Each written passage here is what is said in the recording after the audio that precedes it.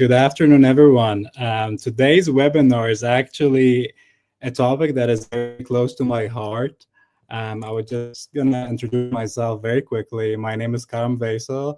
I'm the Senior Product Manager at INVR, and I am very pleased to welcome you to today's webinar. And it's going to be about decarbonization, challenges, and opportunities for Moroccan companies. Morocco is accelerating in energy so fast, and it has a lot of journeys towards the green future. And the need for private sector and the involvement in decarbonization is very vital.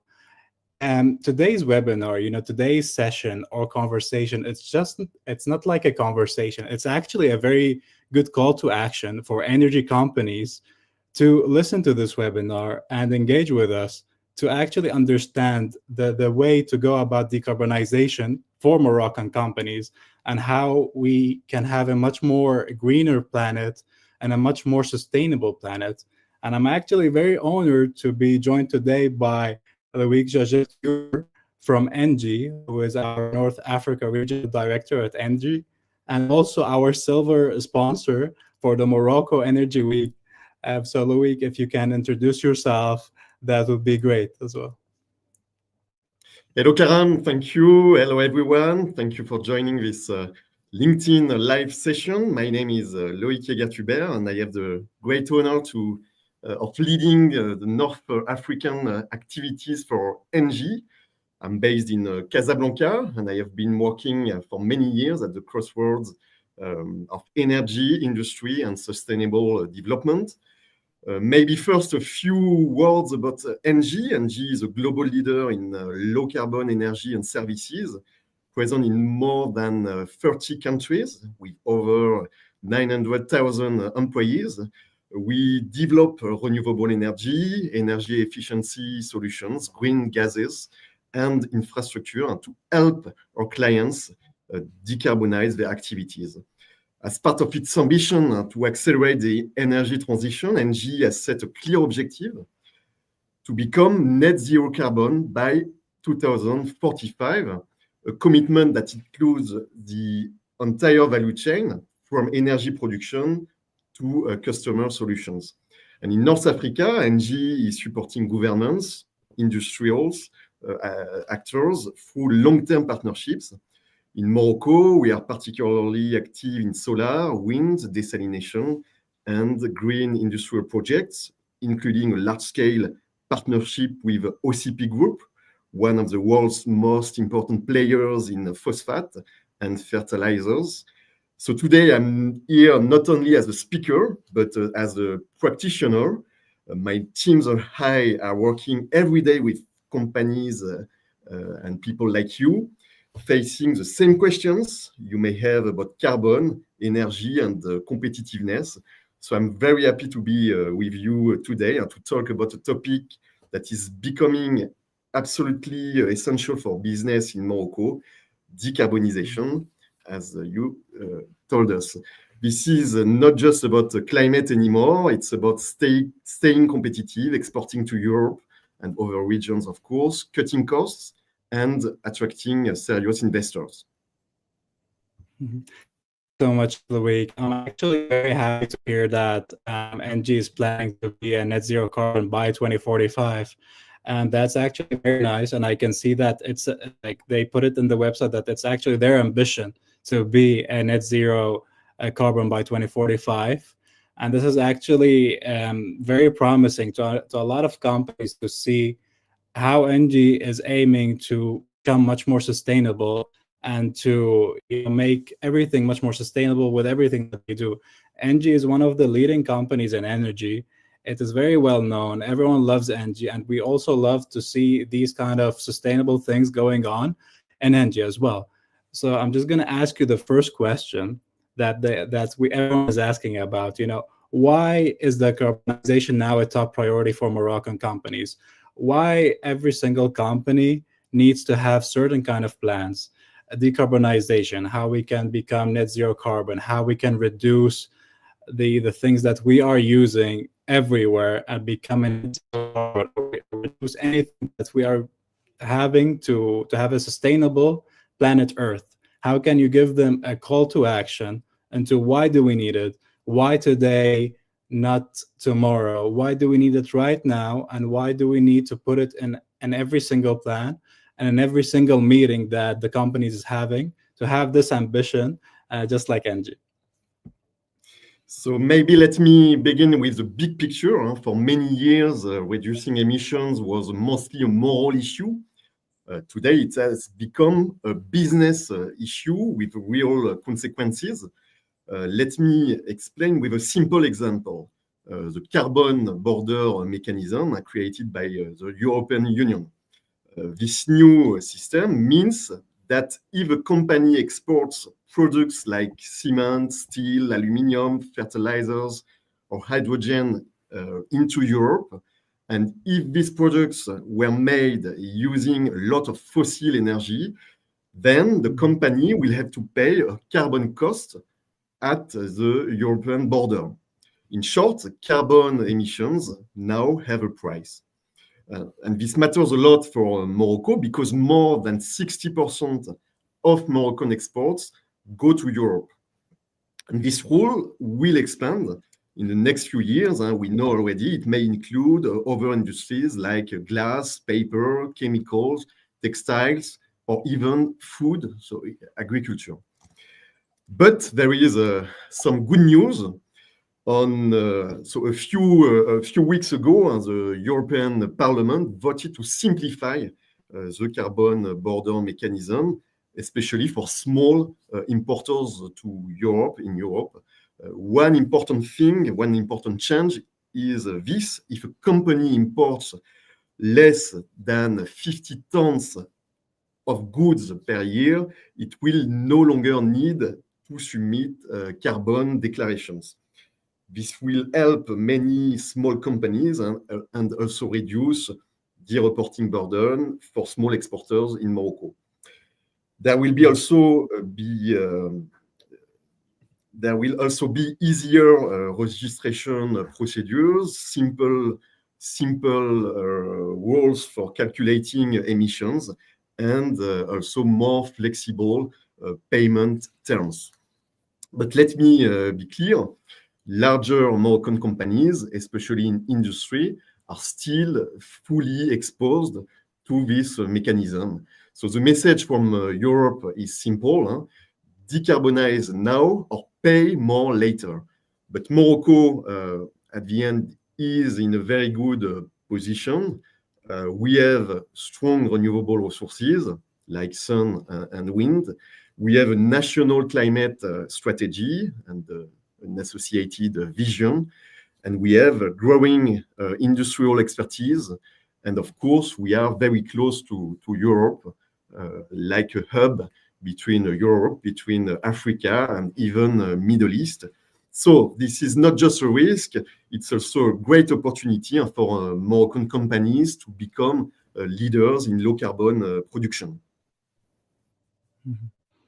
Totally understandable, Loic. I think what you said regarding, 60% of Morocco exports goes to Europe. That's something that is very good to know, actually, because the European Union is always on these kind of rules to actually give an impact on how important this is. They are not keen to get any kind of money. They are just keen to save the planet Earth and to make it much more sustainable. This fuel, this energy, it has a lifespan. One day you will wake up without like a certain kind of energy going on. So we need to consume much more in a sustainable way.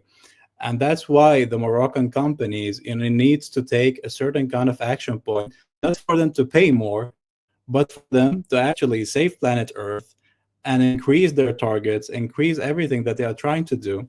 Now in today's companies, even if you're not in the energy sector, a lot of them is competing with each other to make their products much more stronger and much more vital. However, the question to the consumer is this product sustainable? Will this product be much more sustainable in the next 30, 20 years, etc.? This is the most important thing that we are trying to aim is quality over quantity, and we need it more sustainable for us to not consume a lot of things and for the consumer to be happy as well. And this is very important for us to know that decarbonization, is now a priority for Moroccan companies to take actions and to put it in their plans on how they can actually reduce the amounts that they are giving to the European Union, and to put it in their marketing plan, to showcase the other companies, to showcase the how good their product is and how sustainable the product is. Even if it has a certain kind of different prices, a certain kind of different trade, it's much more sustainable. This product will help you boost whatever you need, and it's much more in favor of the consumer himself. And this is why, moving on to the second question, is how can companies start reducing their carbon emissions? We talked about decarbonization is important. They need to have it in their plan. They need to discuss when can we have a year that we are fully net zero carbon, and we are fully, safe for planet Earth, and we are trying our best to reduce everything. How can companies start taking actions from today, from right now? So you mentioned, you are totally right. It's a systemic approach concerning energy. Of course, we talk about it with a special focus, but it's also on waste management, on the water scarcity, on mobility and logistics. So it's really a complex and systemic approach. But now let's get very practical. What can a company do starting today? The first step is not to panic. You need to start by understanding your emissions. That means doing a carbon assessment, a carbon footprint assessment. This is a study that shows how much carbon your company produces and where it comes from. We usually divide this into three scopes. First, direct emissions from your own machines, from your own factories and vehicles. Second, indirect emissions from electricity or heating you use. And third, all over emissions from your supply chain, your transport, your products, your waste, and much more. At NG, we support companies in this process with smart digital tools to collect and analyze your data. Expert advice, of course, to help you understand your situation. And most important, a personal, a specific roadmap to reduce your emissions step by step on the three scopes we just described. This work is not only technical, it's also strategic in a systemic way. It helps companies to focus on the biggest sources of emissions, to build a real action plan and to improve it over time, and prepare also for new reporting rules, which are now more and more required and by many clients and also financial institutions. Let me give you one example. We worked with a company in the automotive sector in Morocco. And after measuring its carbon footprint, the company realized that more than 70% of its emissions came from its suppliers and raw materials. So not or minority from its factories. And this changed its entire purchasing strategy, of course. So again, measuring is the first step to making smart, cost-effective decisions. Great, thank you, Loic. Actually, I have a quote regarding this. You need to measure it to make sure that you can limit it. I think I heard that quote in one of my university sustainable courses, that you need to measure it so you can limit it. Like you need to, of Manage course, data, you need the data. Exactly. You need to know the data. You need to know who are you working with. For example, your partners. Of course, we have a product. However, this product has a lot of companies going in, of course, that has 60% of the product, stakeholders, etc.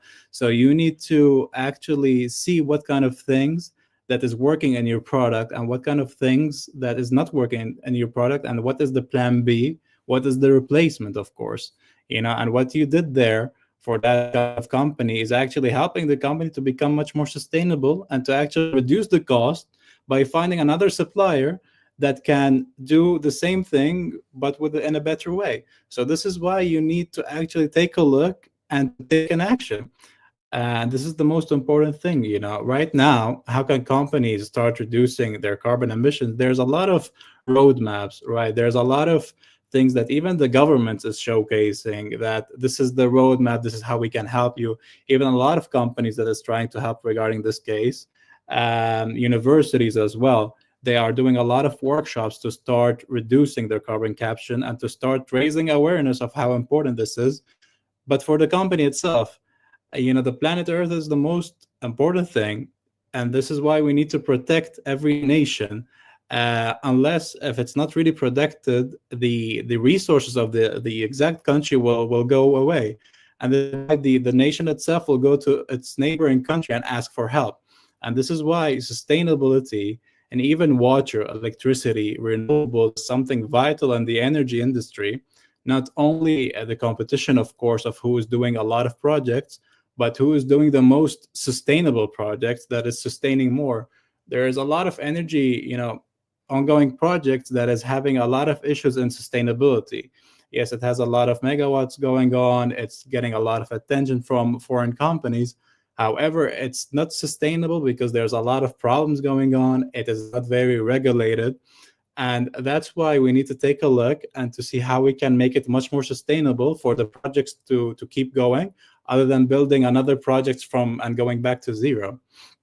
And this is why, the third question is, what kind of concrete energy solution are already available in Morocco? Of course, the government is helping. The Ministry of Energy in Morocco is helping and setting a lot of fruitful roadshows into how companies can actually have energy solutions. But what kind of concrete energy solution that is already available in Morocco itself? Thank you, and very good question.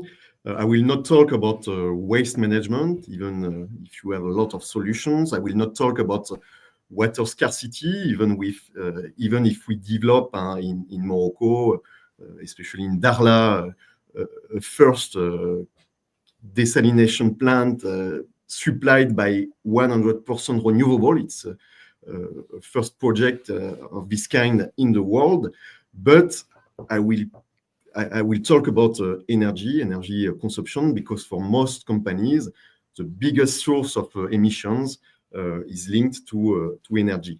So the next step after measuring, you have the data, you will build some KPIs.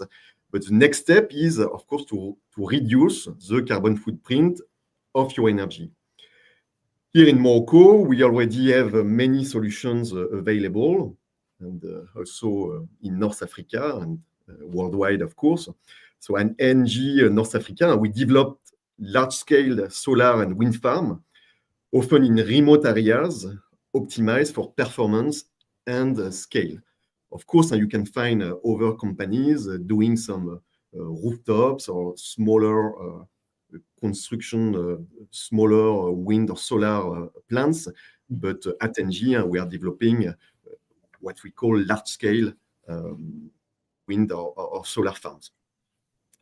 So we then supply clean energy to our clients, including the state utilities and large or mid-sized companies, through what we call long-term power purchase agreements, PPAs. These agreements provide stable, competitive prices and help our clients to reach their carbon reduction targets. This can also be a full service, including design, construction, operation, and maintenance. We offer what we call long-term green energy contracts, and with these contracts, your company can buy renewable electricity from us at a fixed price for 10 or 20 years, for example. This helps you control, of course, your energy costs and decarbonize at the same time. And let me give you two examples. OCP Group. OCP Group is one of the world's leading producer of phosphate and fertilizers. So OCP Group is working with ENGIE on a comprehensive decarbonization partnership, a global partnership. This includes large-scale renewable energy production, flexibility of solution like batteries, battery energy systems, power infrastructure, power networks, and the development of green hydrogen and green ammonia production, as well as sustainable desalination for their industrial process or for agriculture development. And together, we are building what we call a fully integrated energy ecosystem to help OCP reach its goal of becoming carbon neutral by 2040. And it's also, of course, an opportunity for Morocco to position itself as a global leader in green industrial transformation. Second example, with Forvia. Forvia is a global company in the car industry. With Forvia, we installed many megawatts of solar power in 14 countries, including Morocco.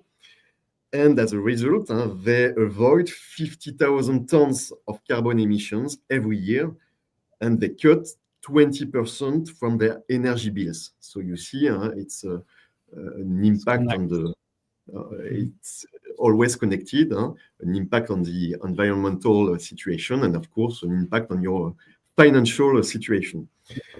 So as you see, these are very serious, very operational projects. It's not pilot anymore. It's not pilot projects. And they show that decarbonizing your energy is possible. Now in Morocco, you have also access to decarbonize the medium voltage, not only the high voltage. It's very good news for medium-sized company, especially. So it's possible, it's practical, and also profitable. That is actually, a lot of good insights that I'm getting. Actually, OCP Group and NG is a top two leading companies in energy in Morocco. To be able to have such a partnership that is also helping the country itself and that is saving the planet Earth is actually a very, like, such of an amazing things to say, to see, to say, to even announce in every single social media platform.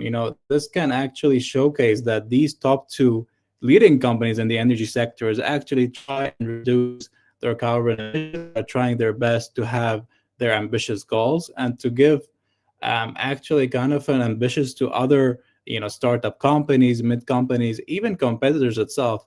I would love to see the top, of course, energy companies competing for sustainability, competing for who's going to be the zero carbon emission winner at the end, right? Who's going to have the earlier year other than each other?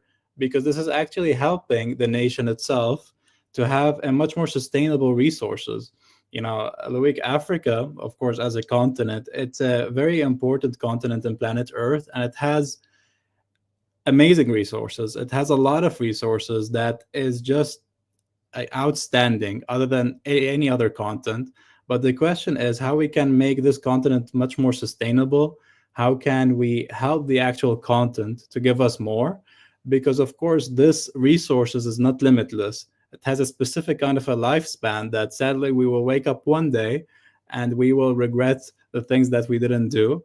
This is why, in today's webinar, it's more of a call to action to companies to showcase how NG and even OCP Group is actually collaborating to helping the nation itself, to help reducing their usages, and to actually help everything as well. And this is like also a kind of a lesson for other competitors to see is that we need to also take action and to help the nation itself and to be much more efficient with our usages and our products.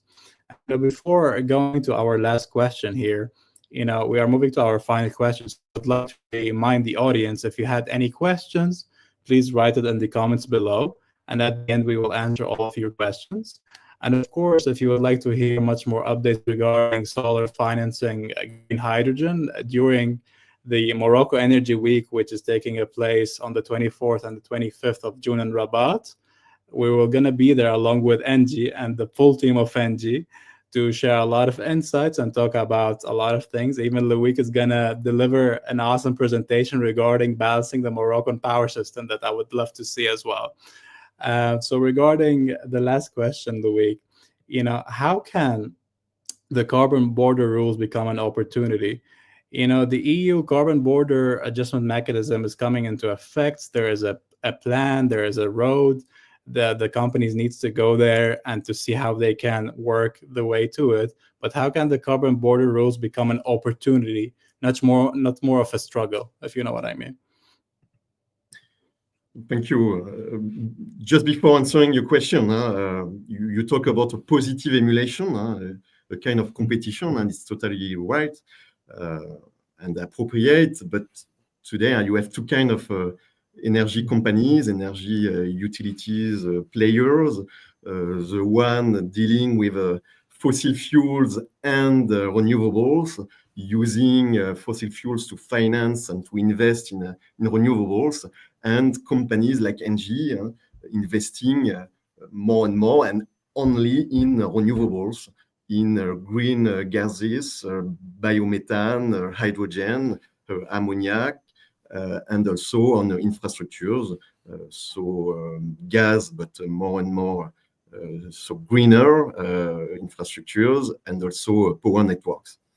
But to answer your questions, let's go back and now to the carbon border adjustment mechanism.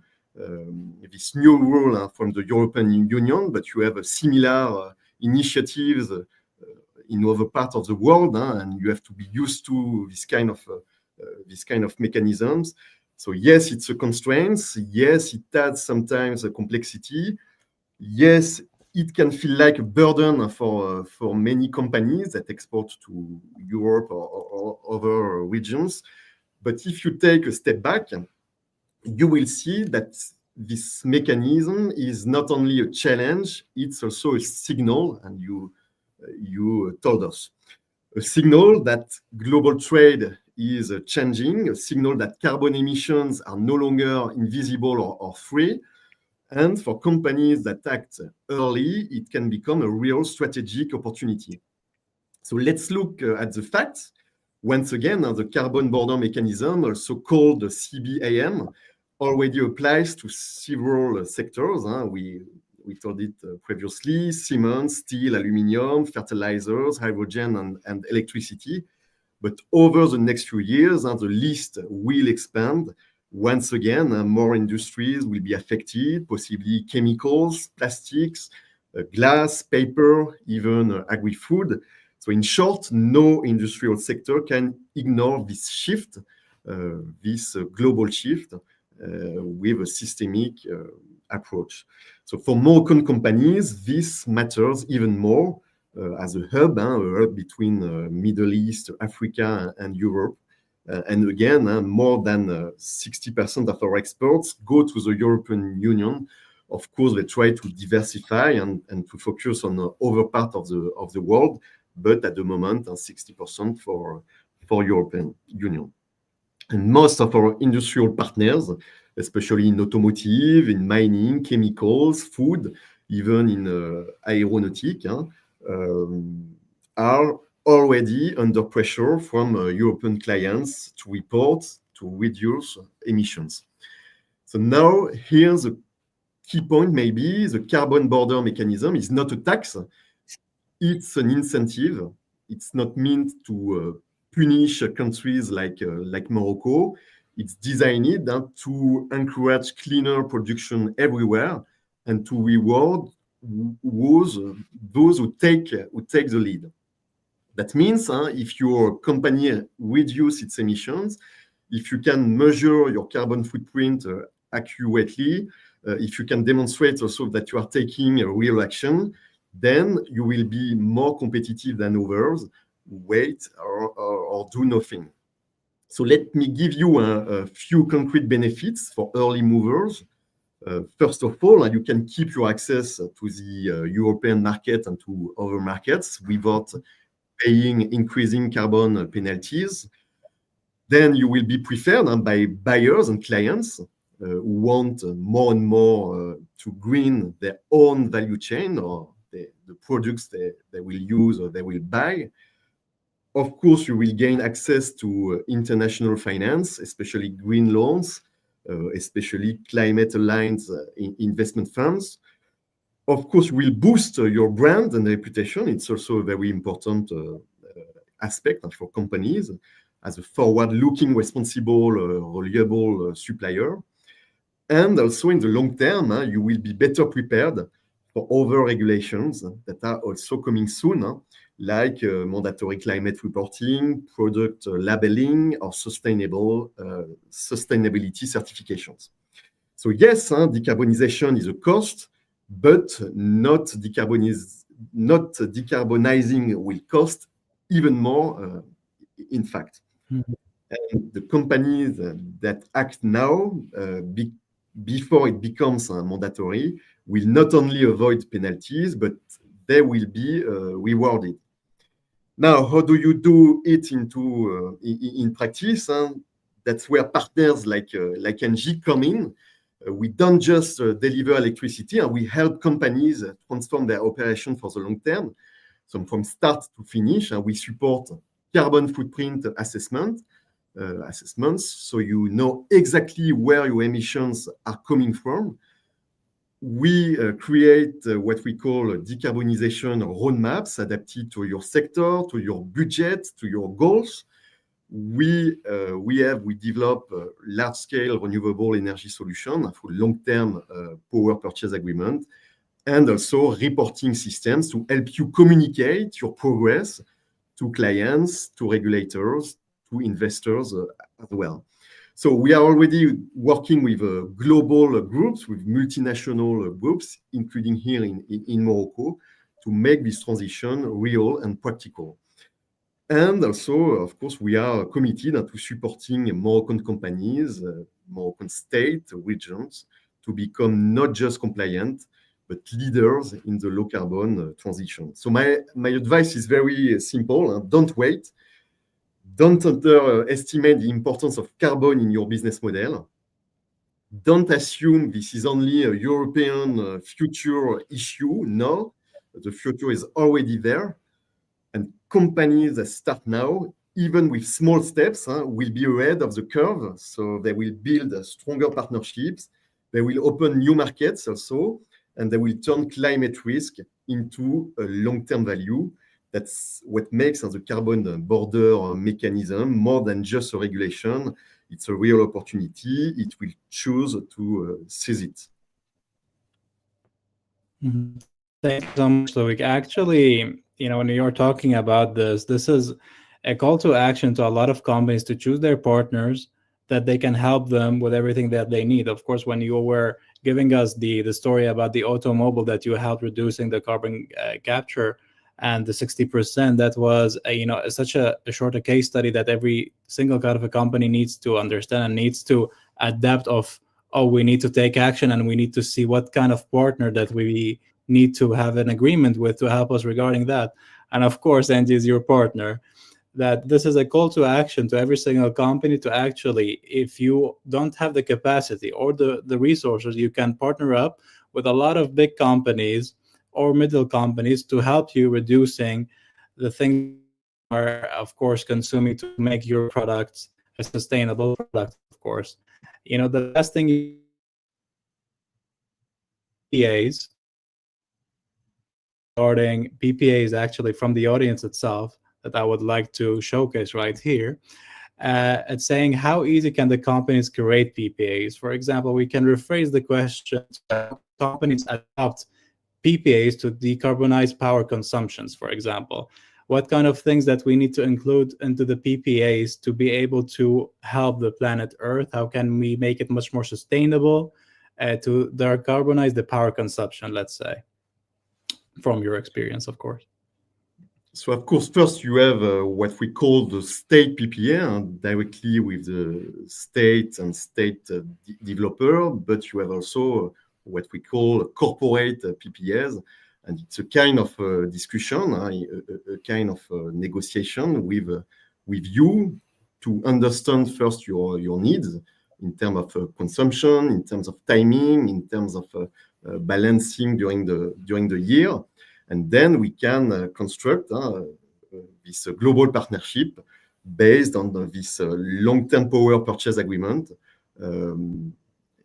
So if you have, for example, in Morocco, if you have access to the high voltage infrastructure, to the medium voltage infrastructure, now it's a new law allowing for medium-sized company to have access to this kind of PPAs.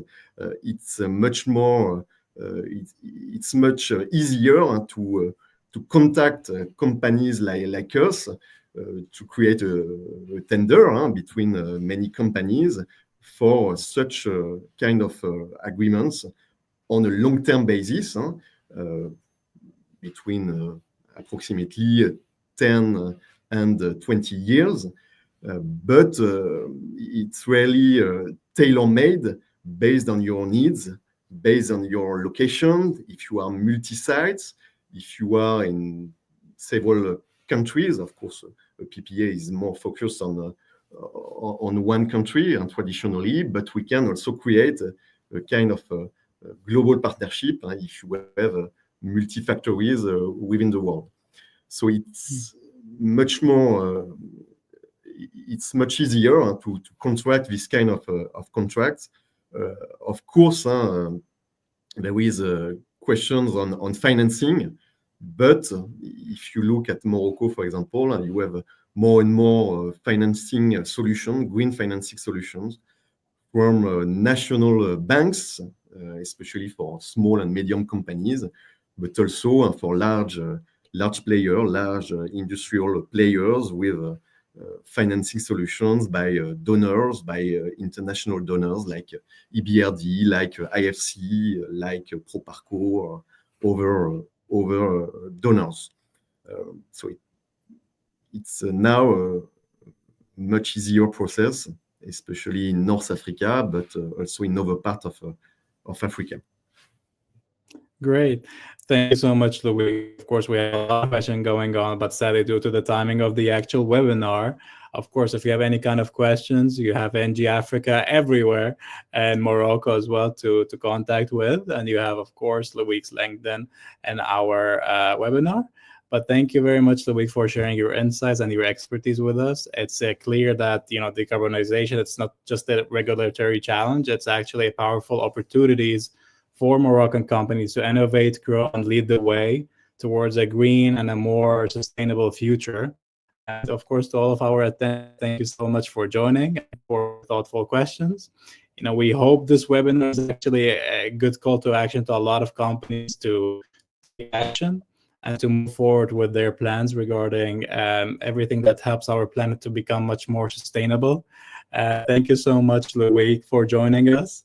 And have a great day ahead, everyone. Thank you very much. Thank you very much. Bye-bye.